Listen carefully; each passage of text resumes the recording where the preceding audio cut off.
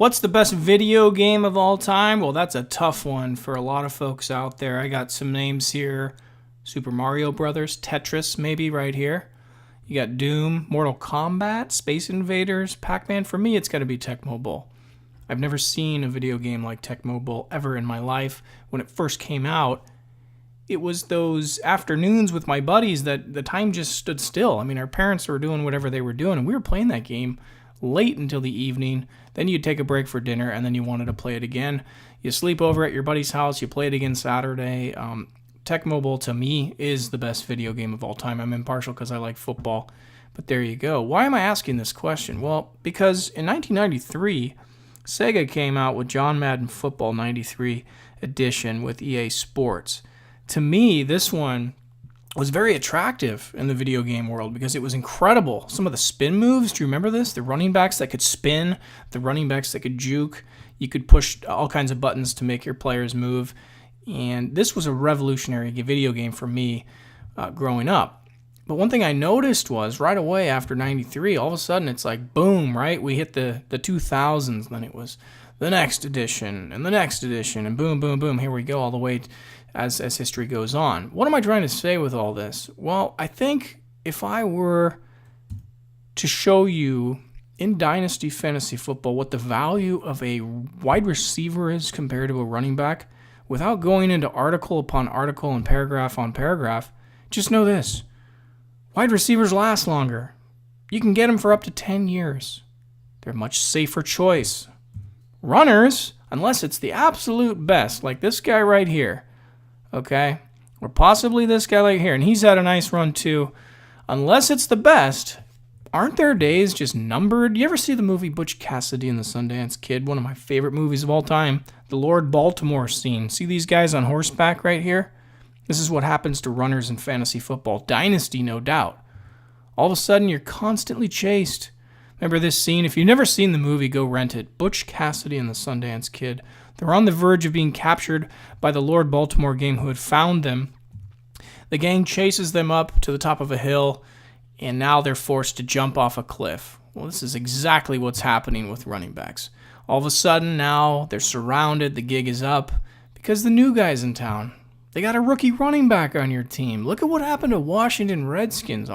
P. Ryan is in there now.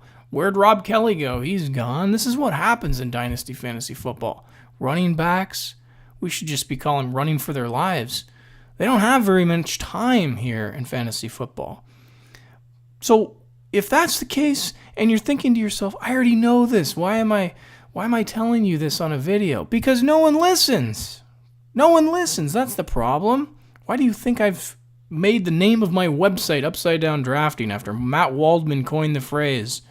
It's like I'm trying to resurrect something here where people think, oh, no, it's a changing of the guards. It's the running backs. They're making a comeback. Priest Holmes, let's get all the buddies out. No. This is what's happening. Running backs are running for their lives nowadays. They're only good for about, 3 to 5 years maybe, where the wide receivers, they're chilling. They got 10 years. Just keep that in mind when your rookie draft comes along. Again, you want to have a runner that's surrounded by the gang, ready to go out in a blaze of glory like Butch Cassidy and the Sundance Kid. I mean, you're watching this movie, right?